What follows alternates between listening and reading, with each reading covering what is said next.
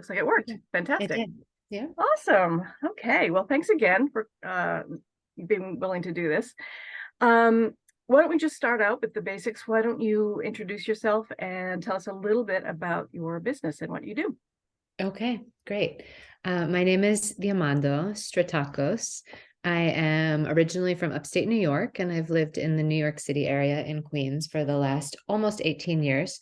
And as much as I love it here, I've been trying to get out for about 17 of those 18 years. So, yes, in Greece, I'm from Sparti. Outside Sparti, I'm up on Theigitos, like very high up in a village Nice. that has 50 full-time residents. And I absolutely love it there. My father is full Greek from there, still goes like he's the president of the Politico Silogo in Voranos, even though he lives in America. So he's like very much still in Greece. And my mom is a lovely Irish American woman from Long Island. Nice. Yeah. Awesome. So yeah, that is my background. And my business is I am an intuitive business coach slash artist. I hate the word coach, but I'm coming to terms with people need to understand what I do. So I let it be in there. But I like to call myself an artist because I work with creative means with people. And part of that is through retreats in Sparti that are embodiment harvest retreats. They are really different types of retreats, but I'm sure we're going to talk all about that. But I want to ask you all about that for sure. Yeah. So I love to work with warrior goddess women and also men who are in touch with that side of themselves because there's no male or female. It's just a bunch of energy in a body. So awesome. And okay, so I've only seen this in print. So is it GOLIVE Sparta or GOLIVE Sparta? that is a very good question. And I say GOLIVE Spartan, but I purposely left it ambiguous. And in fact, it started as an olive oil company. So it is G Olive because my village is Gorani. So it was. Okay. Very clever. So it works on many different levels. I love that. That's very cool. So is the Greek side of your family solely from the Sparta area, or do you have other connections as well? No, it is just Sparta. All Sparti. I have family in Crete and Athens, different places, but we are generations up in the mountains of Theigitos. Okay, awesome. Yeah. And you're first generation Greek? I was born from my dad's side. Greek American, right. Have you always been like firmly connected to your Greek roots, or is that something that sort of evolved over time? I have always been very firmly connected with my Greek roots. My dad worked a factory job for 40 years and he had to go to work at 4:30 in the morning, and he would call before we went to school, and if I said hello, he would hang up on me, and when he called back, I would know to say embros, and then he would talk to me. Yeah. Oh my gosh, that's awesome. Yeah, my grandmother did the same thing to my mom when my mom was dating. It'd be like, hello, you Greek? No, goodbye. And she would just like hang up on them. So I know that vibe very well.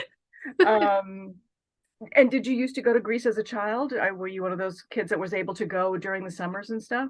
Yeah, I was very lucky. I was baptized in Greece. So my first trip was when I was 8 months old, and I pretty much went every year. I'm 41 now. I've been to Greece 40 times. Oh my gosh, that's amazing. That's fantastic. I came to it. I mean, I went as a teenager a couple of times, and then I sort of rediscovered it as I started doing genealogy and, starting the website and stuff like that. I sort of like it reinvigorated that part of my life. So, wow, that's really like lovely to be able to just essentially grown up there practically. It must have been extraordinary. Yeah, I will say it didn't always feel so lovely, like especially when you are Greek American, like you miss out on this notion of like summer camp and what your friends are doing. And so I wrote a book a while ago, and it's like there's very much in my book this notion of like when I was getting on the plane to go there, I was dreading it. As soon as I stepped foot in Greece, it was like, oh, I'm home. Oh, yeah. Nice. So yeah, it has always been that, like from a very young age, you just need to step foot in the land, and then you realize why you need to be there. Yeah, absolutely. I felt like when I went back the first time as an adult, I was writing about it. And the only way I could describe it is my DNA sang. It was just kind of this idea of like, okay, and I've traveled to a lot of places around the world, a lot of great, beautiful places, but there's something that is just different, and it's very hard to put into words. So yeah, Yeah. I get that. I completely get that. When did you start GOLIVE Spartan? It was 2012. I was 30 years old, and I was in this place where I was like, what am I doing with my life? Mm-hmm. Do I want to have kids? And if I do, I better get into a relationship. um, do I want to keep being an actor? Do I want to keep working in hospitality? Like, I didn't know what I wanted. So I thought, all right, I'm going to give it one last shot. I applied to grad schools for acting, and I needed to escape. And I went to Greece in November of 2012. And I was completely like by myself in the village. And even my dad was like, they are going to murder you. We're the last house in the village. Are you crazy? Mm-hmm. We don't even have insulation. It's a summer home. And I was like, I'm going. Uh-huh. And so I went, and I was sitting there, and I just looked outside, and I saw all of these olive trees. Mm-hmm. And for some reason, I was like, I want to know more about that. And so I called my cousin, and I said, I said, Yorgo, can you take me to Namazep to pick olives? And he literally laughed at me. He was like, what do you know? And I was like, okay. So I called another cousin, and he also laughed at me, but agreed to let me go. Um, and I went, and I just had this, it was like an both an out of body and the most in my body I've ever been experience of like, oh, I am connected to so much more than Mm-hmm. me. Yeah. Um, and because I was 30 and had not done all of the personal development work that I've done since then, I misinterpreted that message and started my olive oil business, and lost a lot of money and got swindled by a lot of misogynistic Greek men who didn't think that women could know anything about agriculture, Mm-hmm. and learned a ton of lessons. And then I realized that what I actually wanted to do was let other people have the experience that I had. It wasn't about the olive oil, even though we all know olive oil is amazing. It was about the feeling when you get out of your head and into your body in a way that you never have before. That's extraordinary. I can't imagine um what that must have felt like, just that first. I mean, I can kind of imagine it because I had a little, like I said, I had a little touch of that when I went back myself. But that and that was the moment. That was like the light bulb over the head moment. It wasn't even like it was like a jolt of electricity through me. I, again, like I said, I didn't know what it meant. All I knew was that I wasn't going to keep being an actor. That wasn't what my calling was. Mm-hmm. Although I, am performing more on social media than I ever did when I was an actual actor. So Yeah. I guess it led me to the right place for the right reasons. Yeah, it was the moment. And it took time to decipher that message, but everything changed from that point on. Like, I studied everything about olive oil. I went and got a milling certification at UC Davis in Sacramento. I took olive oil courses in Athens. I moved to Greece for a year and a half. Like, Mm-hmm. I really immersed myself in learning Mm-hmm. everything I could.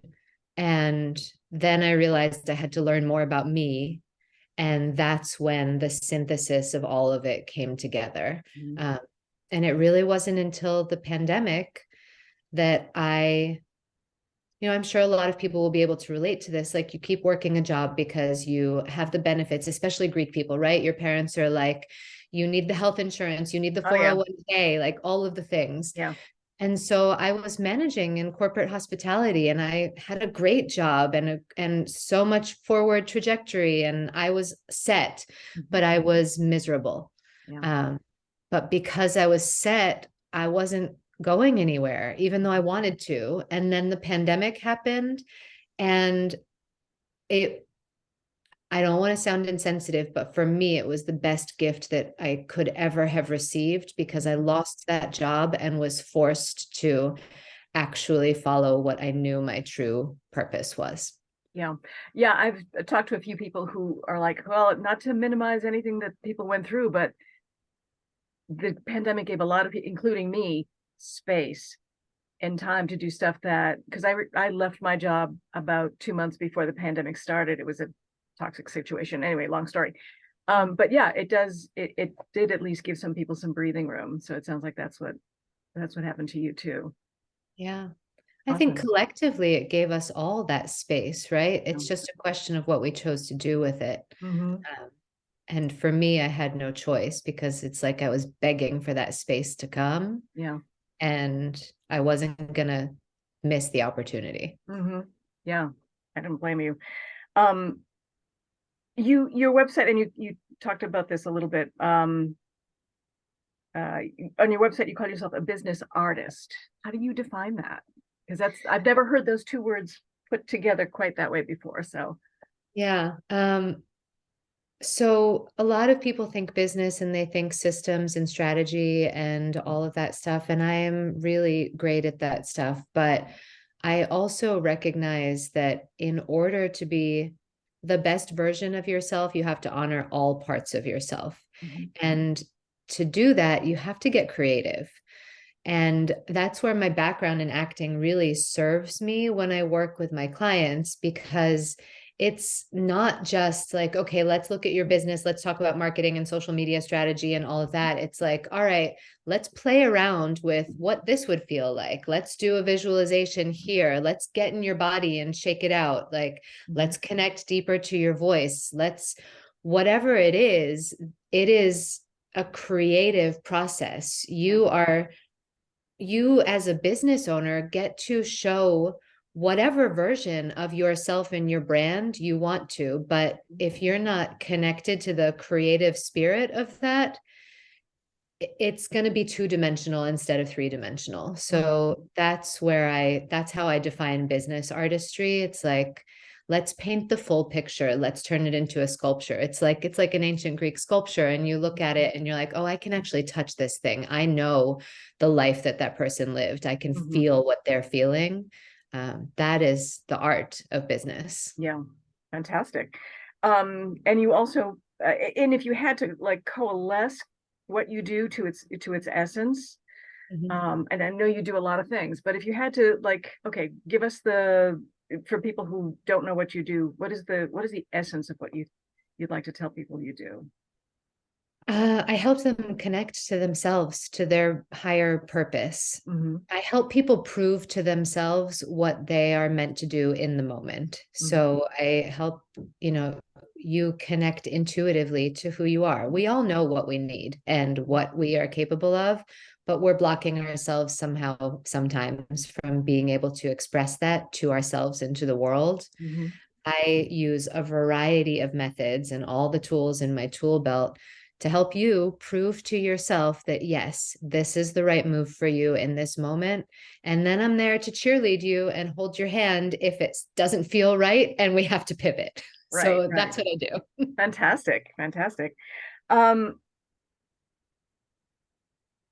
let me see. When did you start doing the actual retreats? This retreat sound amazing, by the way. They are. Thank you. Yeah. So I was supposed to do my first retreat in October of 2020.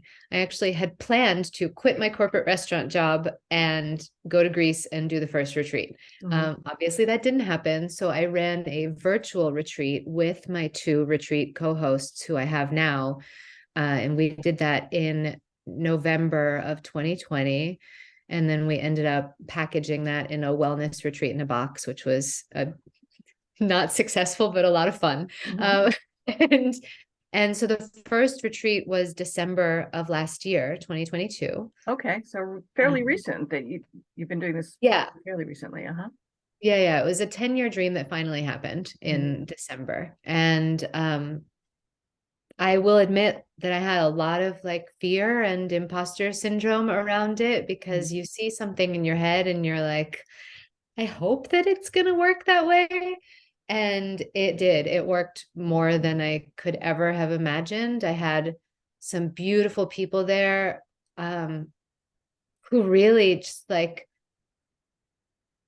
you never know. You're going to take people from America where they're used to like the hustle and bustle, and you're going to say to them, all right, we're going to go pick olives today. Yeah. Like, it's I knew it had that effect on me, but it was so Mhm. wonderful to see it have the same transformational effect on every single person who came to the retreat.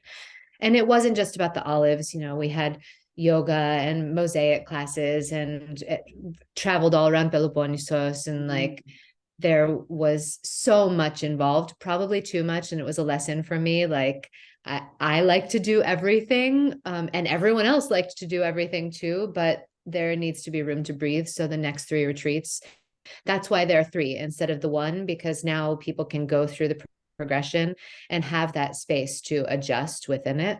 Mhm. So How yeah. many people generally show up? I mean, at least on the first one, how many people were there?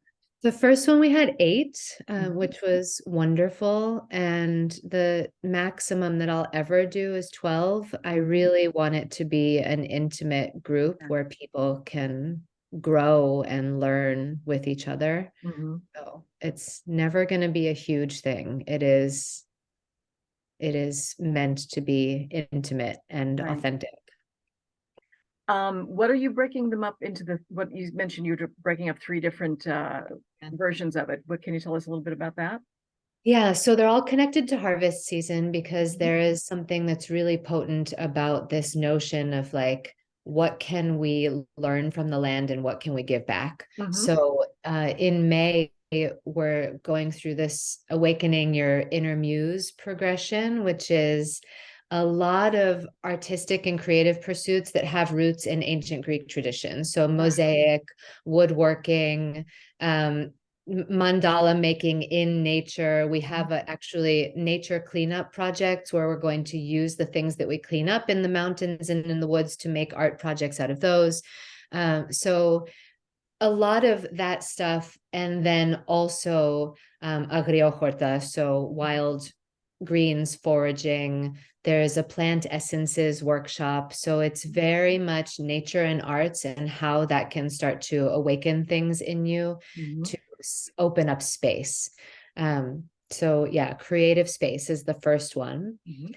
The second one is in August, and it is our Helios Harvest Festival. Mhm. Um, and it is based on my father and I in 2013, I think, we did a traditional alonisma in our village. For the And non-Greek speakers who might yes, be watching, tell us a little bit about it that. is, yeah, it's a wheat harvest. Mhm. And we have on our property, which is really, I'm very blessed. It is a beautiful property that is up in the mountains, looks over at the village, and it's, if you see pictures, you'll understand. But we have a house that's there from the 40s that my grandfather built by hand. That was the farmhouse, no bathroom, no running water, just a Mhm. place to sleep when you don't want to walk the miles back to the village. Yep. And there was a stone circle there. And so the first year, we did a wheat harvest with the horses and with all of the old women from the village taking the rake and throwing the wheat up in the air, and then the air blows through the wheat and it separates the wheat from the chaff. Yeah, And yeah, yeah. yeah, so that is the theme of the August retreat. Mhm. And it is a family friendly retreat because it's August, and I wanted to create a business that would fuel my future self, because manifestation is important to me. Mhm. I would like to maybe have children someday. So I want to create a business that has space for Mhm. children. And a lot of women I spoke to were like, I'd love to come to one of these, but what would I do with my kids? Yeah. So the retreat is built so that you can travel with your kids. We have activities for children within it, but you're not stuck with your kids all the time either. Okay. So it's an exploration of masculine, feminine energy through that harvest. We have a wonderful sort of love and relationship coach who's joining us for that one. And it's about self love as well as like like how to bring a love of your entrepreneurial spirit into Mhm. your relationships, how to bring a love of relationships into your business, all of that. Wherever you are in your life, there's room for love. So it's that, all the horses, and we're going to go to a mill in Monemvasia where they actually let you bring the wheat and make your own flour in the traditional method. Then we're going to have Oh, cooking classes and baking and making hilopites and trajana. So it sounds amazing. If I wasn't already going to Greece in May, I would be very tempted to sign up for that. That sounds incredible. And I'm Monavesia, of excited. course, is one of my favorite places. So, Oh, it's so gorgeous. Oh, and in the spring, we found a teacher in Monemvasia who does these beautiful art pieces where she collects flower petals and turns them into the most beautiful like pictures. And she's going to teach a class for us in the spring. So we'll oh, do that in wow. Monemvasia as well. Fantastic. So that is, so you awaken your creativity in the spring, you start to explore the masculine, feminine energy in the summer. Mhm. And then in November, we go back into the olive harvest retreat, which is much more about the embodiment. So Mhm. you could technically come to all three and it would be a progression, but you can take them out of order as well. So November is olive harvest. All of them have yoga every day. My cousin is one of the best yoga teachers I've ever experienced. She's been studying since she was 4 years old. And yeah, she's amazing. And then her sister, also my cousin, is an herbalist and she teaches foraging and tea blending and a lot of intuitive herbalism. And we play around with that. And so, yeah, and there's body work and massages and Reiki and all of the stuff that you get when you come to a retreat, 3 meals a day, Mhm. all of the great stuff. But it's really about the journey. You can get all of that stuff anywhere you go on retreat, right? Like, and food is important. We're Greek. I'm all about the food. Yep. But but we are definitely it is it's not that sort of curated Instagram retreat that you're used to seeing. And I love those too. This is a much more like you're going to get your hands dirty Mhm. and you're going to do things you've never done before. And then you're going to see how that energy goes into all of the other things that you expect to have on a retreat. Tremendous. And I've heard that olive harvesting is actually pretty hard work. So I'm sure it's very It is. fulfilling, but it's also exhausting. I have a cousin who has a small grove, orchard, whatever the right term is, and it's always like a very busy time of the year. So it Mm-hmm. must be pretty Yeah, fun. it is fun. And yes, it is hard work, but it's Yeah, worth it. yeah, for sure. Um, could you pick like a single favorite aspect of the retreats from your point of view as the person who's running them? Is there something that you're like, oh, this is why I'm doing this. This is what I love about this.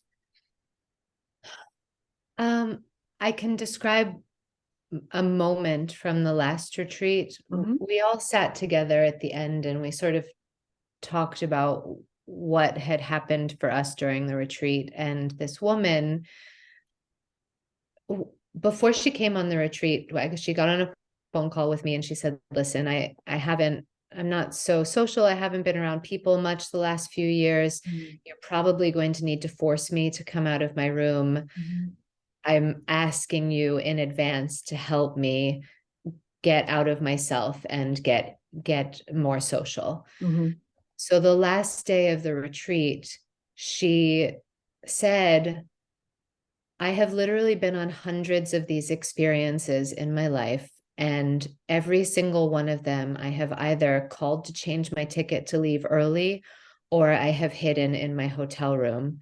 This is the first time in my life where I have not only attended every single event within it, but and she said, I sat this morning with my shirt off, giving myself a massage in a room full of other women. This is something I never would have done before, but you guys made it such an authentic and welcoming experience that I had no fear in Oh, being myself.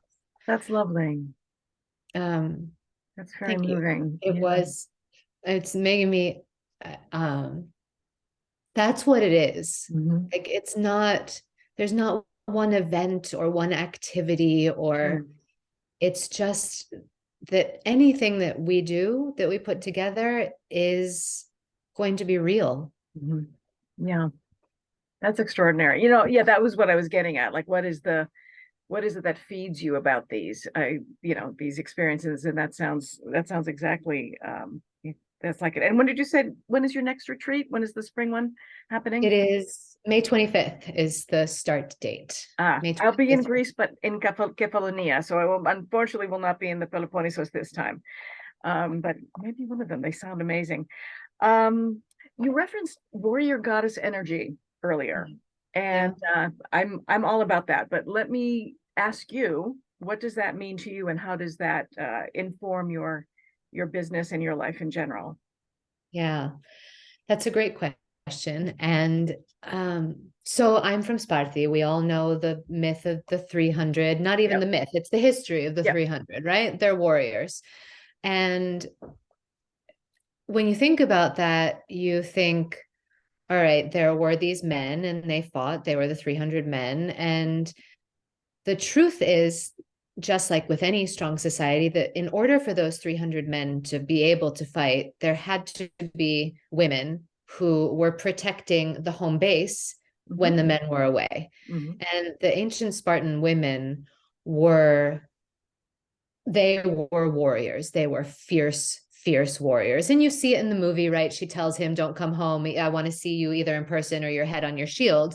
Mhm. Like that is the element of it. But they were also the first society to create arts. They were the first society to have a commerce that was centered around women. That to me is the true warrior energy. A warrior is not just about like, I'm going to pummel you in battle. Mhm. It's like, I am going to fight for my family, for myself, for my needs. I am the provider. I am a warrior.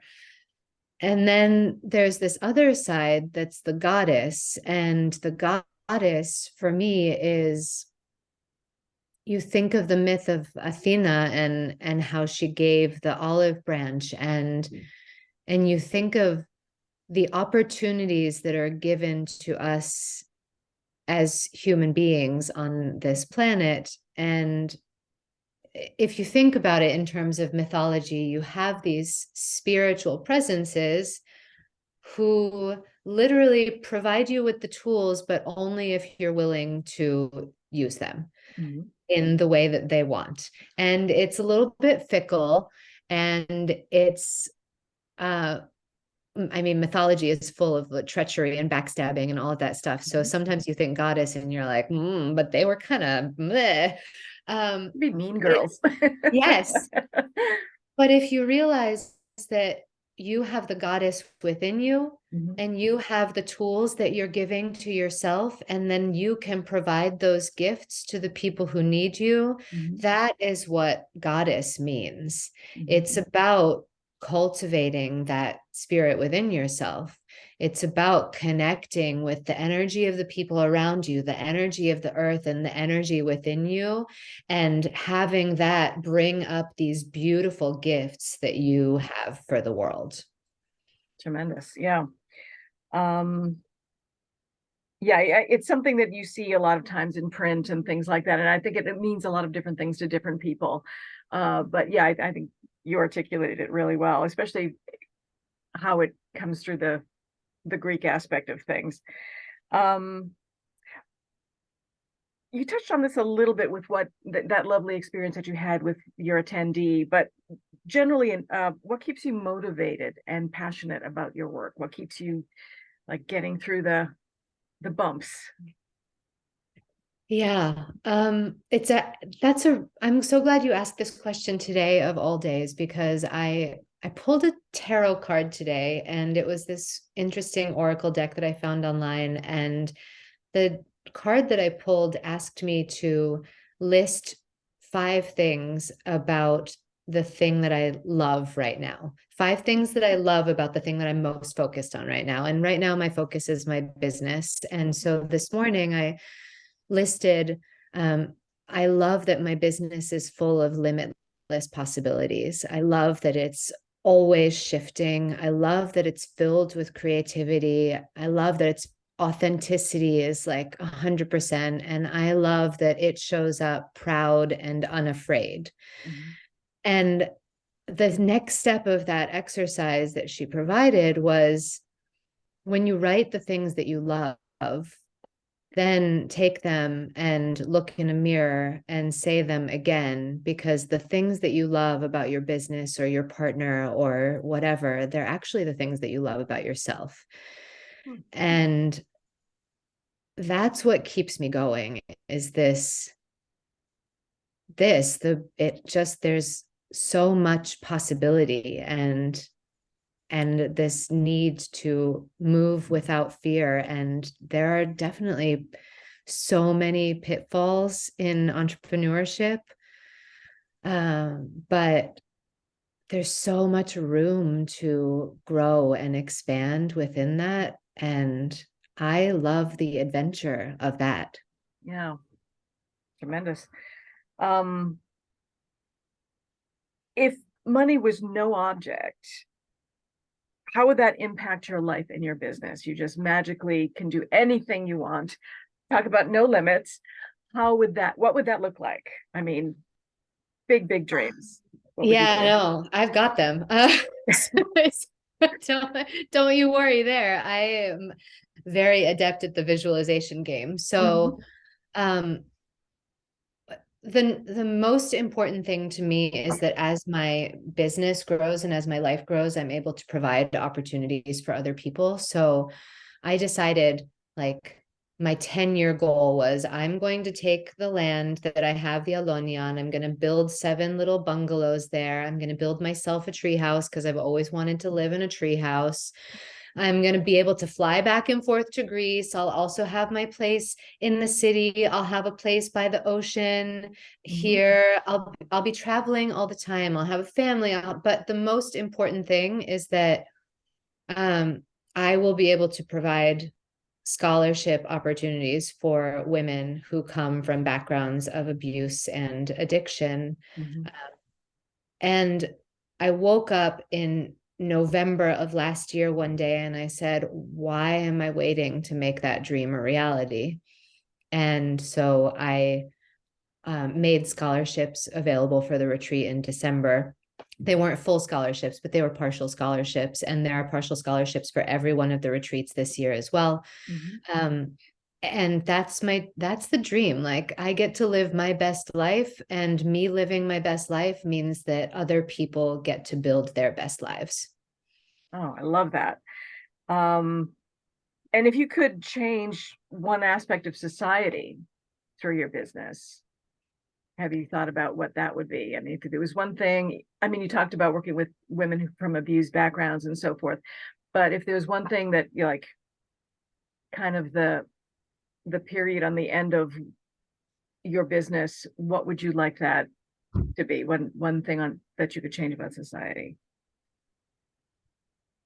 That is a really hard question. Because there's lots of stuff, right? I mean, there's so many Yeah. things that if we could wave a magic wand and change, but based on what you do and what your skill set is and what your passions are, is there anything in particular that springs to mind? Yeah, it's judgment. Everything that I can think of that I'd like to change about society comes back to judgment and Interesting. assigned worth, Mhm. and what you should be doing and what you should be saying. And I'm not even saying like everyone should go off spouting their mouths. I'm saying this judgment that comes without attempting to understand another person, Mhm. and that's self-judgment too, right? We Sure. judge ourselves more than we judge anyone else, and there's oftentimes not room for listening to ourselves. Mhm. And that, if my business could shift that in one person, Mhm. and then that person was able to shift that in someone else, and the wave kept going, Mhm. that would make everything worth it. Yeah. Yeah. Good one. Um, how do you find your flow? Like when you know what I mean? When we are, how do you find your groove to get into what it is you need to do? Or maybe the opposite way is, how do you get yourself through any kind of creative slump or, feelings of discouragement or things like that? How do you manage that? Because I think any creative person deals with that stuff, and everybody's got a different way of dealing with it. So Yeah. I love that. I love that because my word for the year is flow. So when I did my vision board in January, on January 1st, mhm. flow was right in the center of it. Oh, awesome. um, that is such a good question. And the answer is that I have stopped trying to force it. Mhm, So when I feel the energetic push to do things, I do a lot of things and I follow that energy. mhm, And when I don't feel that, I allow that to be okay. And that's kind of built into my human design and my astrology. And for anybody out there who knows that, we're all built differently, right? We're not all the same. And for me, following what feels good and when it feels good, that's how I find the flow. mhm, And somebody's going to hear that and they're going to be like, okay, but sometimes you have deadlines and sometimes you have this. And so I want to provide an answer for that as well. mhm, It is about finding a way to connect to the things that you have to do and make them feel like things you want to do. So mhm, connecting to your values in the moment and really saying, okay, I value flexibility. I value community. I value whatever it is in the moment. And I have a wonderful values audit from my NLP background that I do on a regular basis. But how do these things fit with this thing that I'm supposed to do right now? mhm, And it's about like, okay, if they don't, maybe I need to remove myself from the environment that's making that be a thing that I have to do.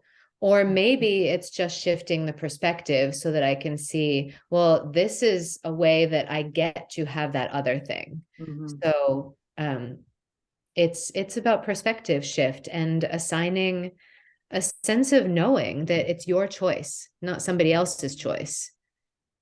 Yeah, for sure. I just started learning that a few years ago, like how to do that, how to just be. I mean, it's easier now that I'm retired. It's harder when you're in an office and people are like, "Er," but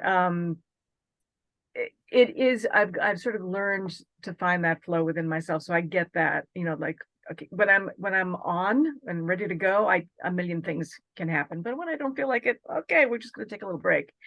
Um, yeah, I get that.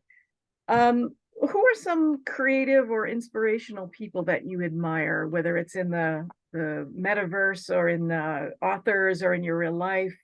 Who are some Yeah. people that are kind of like on your list of, inspirational people? Yeah. Well, I will say Oprah is one of them. I just think that she is such a beautiful human being. And in terms of what she has done for herself and her personal development, her professional life, and what she has done for other people, Mhm. she's great. But because this is about Greeks, right?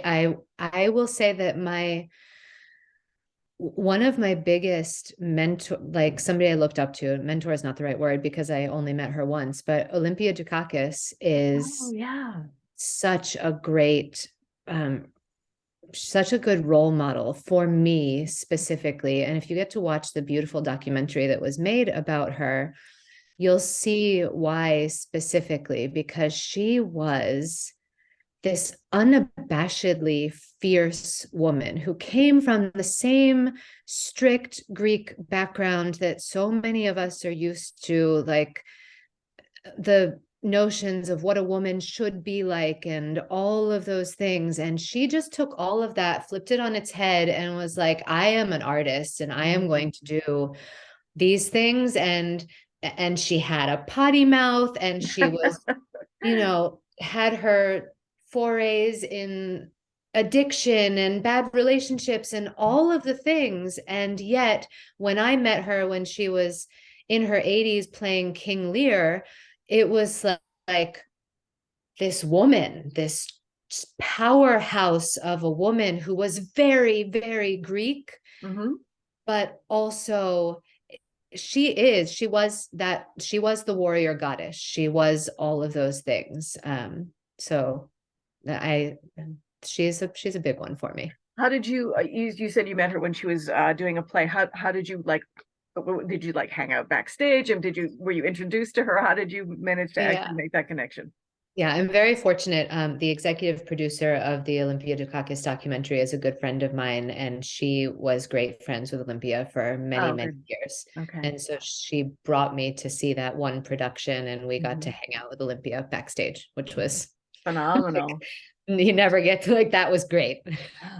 Oh, that's so cool. Yeah, she was remarkable. Absolutely remarkable. Um,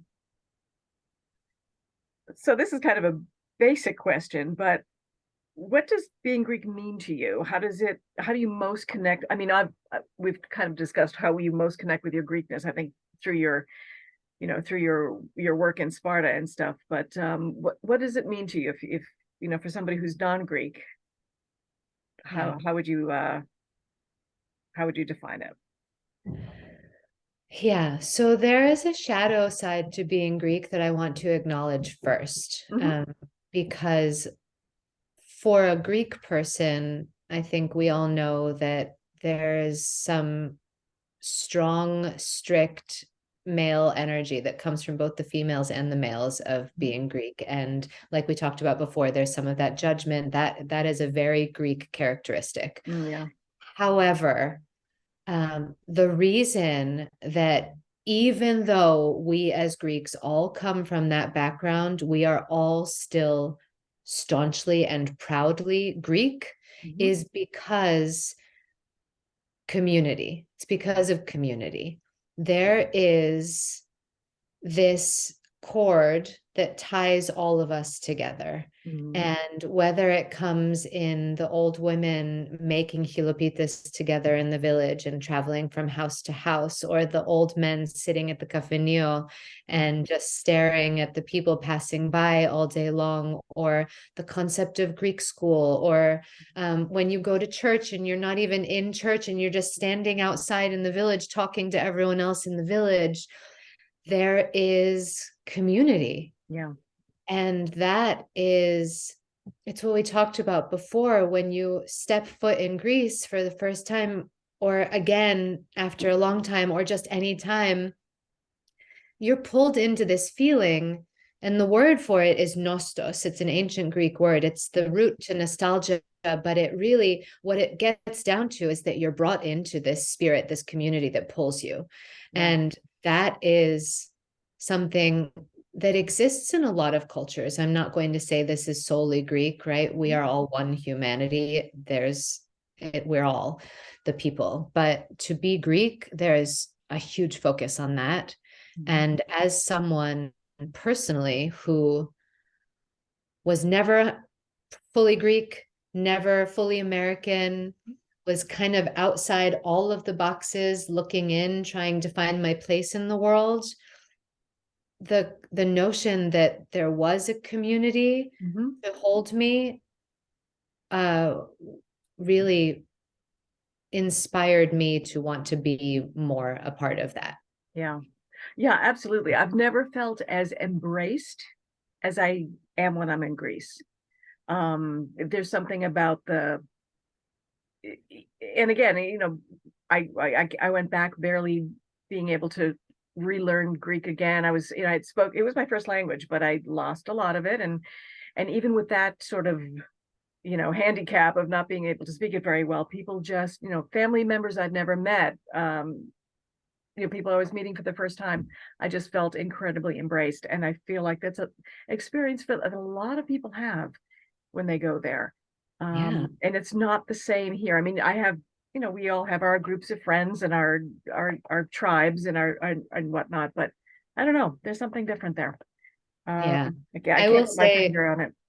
I will say that my mom is a great example of that, Mhm. because when she and my dad started dating, and, and I might be remembering this story wrong, but this is how I remember it, and it's a good story this way, so I'm going to tell it. But they were dating, and my dad went back to Greece, and his family was like, "You cannot marry this Americanida, this American woman," and they wanted him to date all these other women, and then they met her, Mhm. and now they prefer her to my dad, obviously. Oh. And she is on in the Philoptochos, and she learned to speak Greek, and she converted to Greek Orthodoxy. And it wasn't because, I mean, she has freckles and had red hair when she was younger. Like she's not Greek, Yeah. but the community was so welcoming Hmm. that she found a home there that she hadn't found otherwise. Yeah. That's extraordinary. Yeah, and it's not uncommon at all. And I think that's part of that feel was one of the reasons I named the website the Greekish Life, is because it's not just Greeks, it's people who are drawn in by Greece, who are interested in Greece and are just part of you know, part of that whole big embrace of it. So yeah, that's happened to family members of mine too, or people that I know. Um, okay, so I think we've handle some of the bigger questions. So now let's just, as we wrap up, let's handle just a few fun, sort of quick questions. Okay. Other than Sparta, have you traveled to other places in Greece? And if so, what are your three favorite non-Sparta places in Greece? Okay. So I loved Milos when I went there. Hmm. Um, and it's too bad that it has become so popular over the last 5 years, because Yeah. when I went, it was like, oh, this is like better than Santorini, and it's not Mhm. as touristy. And but it is a stunning island, and I loved it. I am a huge fan of Crete, Mhm. and that is certainly like visiting a country all its own. Like it is Greek, but it is huge and vast and full of so much history, and I Mhm. absolutely love it there.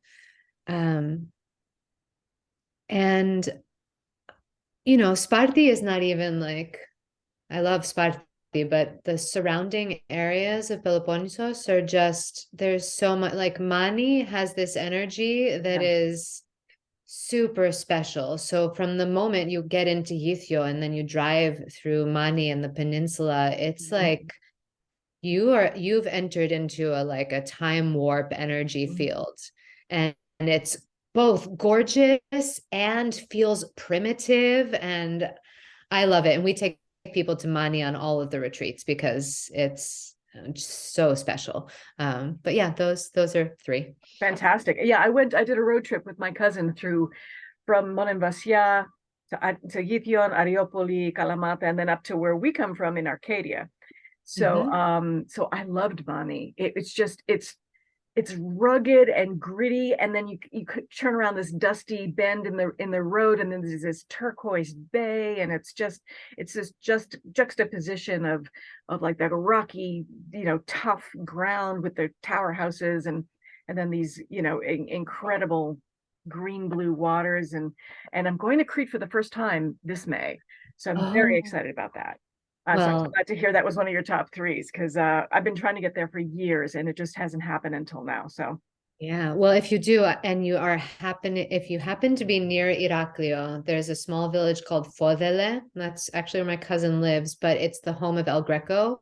Um, oh, there's an El Greco museum there. It's a tiny little museum, and it's a beautiful little village. So if you're in that area, it's worth a side trip. oh, good to know. I'm going to mostly be in Redinon and Chania, Okay. but I do plan to do some sort of day trips. I'm definitely going to Knossos, got to do that. But Yes. that's a good tip. Thanks for passing that on. Um, where in Greece haven't you been and that you'd love to go? Well, you mentioned one of them, Kefalonia, is like near the top of my list. Oh, I cool. would Okay. love to go there. There's just so much mythology there, and it looks like beautiful beaches. So that is definitely somewhere.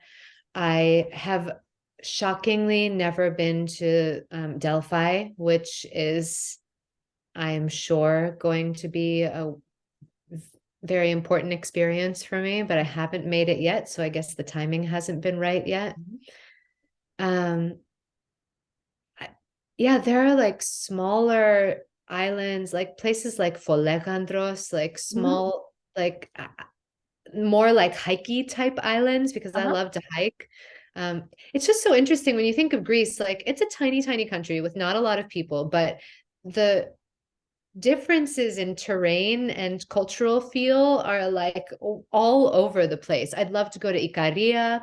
Mhm. There's, yeah, I mean, you can't, I've been to probably 20 Greek islands, and there's another 20 I could list that I would like to travel to. Yeah, absolutely. I feel like such a noob. I've only been to like 12 islands, and I hear people rattling off, "Oh, I've been to 20, I've been to 36." And they're like, "I got to get my game on." I'm I'm falling It behind takes a here. lifetime. It is. It's incredible. My grandmother came from Samos, so I've been there a couple of times. Mhm. And yeah, Kefalonia is going to be my first time. That looks extraordinary. I've never been to any of the Ionian Islands, so I thought, well, it's time to, get Yeah, myself over there. yeah, Um, Favorite Greek cultural tradition? And I know that's a big question. it is. It's a big question. Uh, I was gonna say the egg cracking on Easter, but in the right behind me, I see the crown from Protomaya that I made during the pandemic. Uh-huh. I think that's such a lovely tradition. Hmm. This idea of, fully welcoming spring and connecting with nature and putting the flowers on your door to Hmm. show people, like, there are so many lovely Greek traditions, but that one is very rooted in um, just honoring what the earth has to give us and how you can creatively turn it into something. So I think connect with my business, that's a good Greek tradition. Perfect. Yeah, I know that sounds like it absolutely jibes with what you do. Yeah, I was there the 1st of May last year, and it was great. Even just walking through the Plaka, people had them up on the doors and stuff like that in Athens. Um, any Greek podcasts or blogs that you follow that you think people should know about, or maybe they already do, and it just some stuff that you like to listen to or read? Well, definitely yours, but Oh, people already know I you if wasn't they're I wasn't listening to fishing it. for compliments, but thank you for that. No, you know what? I'm gonna say there aren't a ton that I do follow, and that's partially because I haven't always felt super welcomed with the Greek American community. Hmm. And that doesn't mean I wouldn't support them. It's just that I don't know them, Mhm. so I can't. Yeah. But I do. I think a great Instagram account to follow is Ella Opa Travel, which is, yeah. Yes.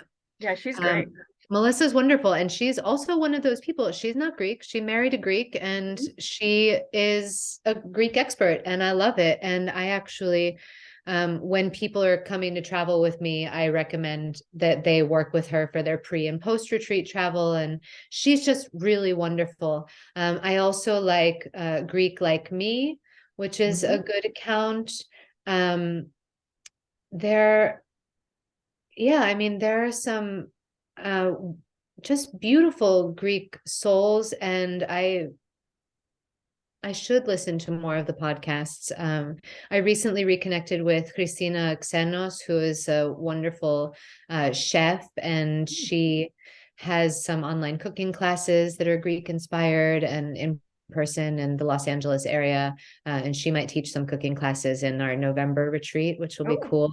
fun. So but yeah, that's I you have put me to task now. I need to educate myself more. And if anyone out there is somebody who thinks I should listen to their podcast or whatever, just hit me up and let me know, because I'll do it. Yeah, there's a few good ones out there. I just find I don't find the time to think about them, or if I'm listening to something, it's usually music. So I just have to get in the groove of like, there's a few great ones out there, but it's hard to get in the habit of doing them. I think I have to just make a mental note of every time I just get in a car, just put on a podcast or something, because it introduces you to a bunch of new stuff. Do you listen to Greek music? Yeah, I Yeah. do. What are some When of I'm your favorite singers or bands? well, I will be honest and say that I, for purely nostalgic reasons, I have this one album from 2003 that I just like. It's a dance party album from Ah, awesome. 2003 with Greek music, and it's got all the stuff like Eli Kukino and Becky Zina, and like Costas Karafotis, like all the Mhm. people. I love it. And it's a great album to listen to when I'm cooking or cleaning. I am not a huge music listener. I listen to audiobooks a lot. Uh-huh. So that's where I spend most of my listening time. Oh, But I, sorry. it's okay. Yeah, I'm here. Please Okay, cool. continue. I really, I like older things too, like Marinella, Dalaras, like Hmm. I like paradosiaca, like traditional Greek music. Yeah. Obviously, like if you take me to a panigiri, I'm going to dance all night long. Hmm. Um, I like it all. If Hmm. you put me into a place and play Greek music around me, it will spark something in me. I'll be dancing. Like get me a zebekiko. One time in acting class, I was doing this private moment routine, and I listened to a Mitropanos song and did a zebekiko in front of all of these American people, and I was like really living that, like Hmm. the derdia, that like the drama and the sadness, and Yeah. I love Fantastic. it. Oh, that's so great. Yeah, I'm the same way. I listen to everything from like scratchy old village recordings from the or Rebetika from the 30s to the pop stuff from the 60s and and contemporary stuff. I love it all. And the last and maybe the most important question, what are your three favorite Greek foods? Okay, that is a very important question. I'm going to answer one of them and say it is not solely a Greek food, but if you eat it in Greece, it is the best version of it that you'll ever have, and that is watermelon. Um, that is my number one favorite food. I don't care if it's not a food because it's just a fruit. Like it is, No, it counts. give me a whole watermelon and I will eat it for dinner. And if you pick it straight off of the chorafi in Greece and hand it to me and break it down over your knee and crack it open on a table, like even better. There is nothing better than that. Yeah, absolutely agree. Now, do you do the feta and mint, or do you just do it as is? I will. I do. I have. And I think that's great. Mhm. And I have also grilled watermelon before. And there, Ah. yeah, I've made watermelon carpaccio before you. So then you thinly slice it. It's Oh, so many wow. different versions. But I really just bunch of chunks of watermelon in a bowl and ice cold on a hot day. Yeah. I can't beat it. Oh, absolutely. And the fruit in Greece is like a whole other thing. It Like, is. at least in my neighborhood, you get fruit and it's like, it's very hit or miss. But, you hear the Karpouzi man coming down the street with his truck and his little, monotone announcement. And it's like, oh, such good fruit. Yep. So that was only one. What are your other That two? is only one. Yeah, but I'm very passionate about it, obviously. Uh, I love hortopita. So like any sort of spinach pie, and any wild greens pie, like all of the things. Mhm. I'm a huge fan of those, and I always have been. In fact, during the pandemic, I used to host these family get-togethers with like 20 of us. And for Easter, the first year of the pandemic, my Aunt Mary had passed away a year before, and she made the best spanakopita ever. Wow. I had recorded her telling me the recipe Mhm. right before she died. And Mhm. I sent everyone in my family the recording. I typed up the recipe, and then we all over Zoom made spanakopita together. Oh, that's wonderful. Oh, Yeah. that's so sweet. Yeah, it Oh. was great. So that is definitely all right. That's number two. Number three, favorite Greek food. I'm going to go out on a limb here because it's not the most popular thing, but I love bamyas. So I love okra Really? in tomato sauce. Yeah, it's Oh, wow. love them.